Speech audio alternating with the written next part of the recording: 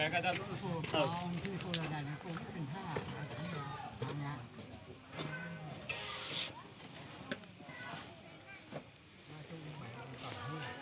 ก็แต่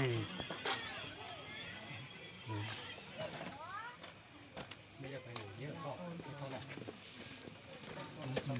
ไปดูแต่ต่ำหลังเนาะ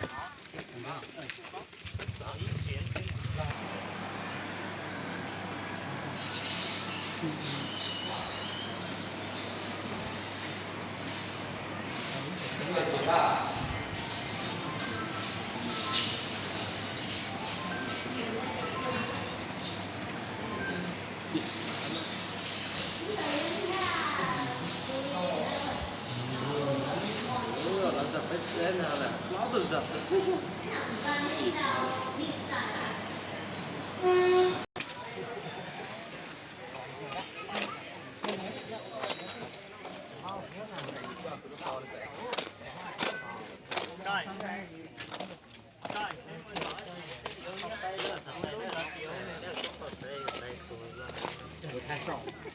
จะไปเรียนรู้หรือก็ว่างกว่าอย่างอ๋ออยากจะจอเชื่อหน่อยจอ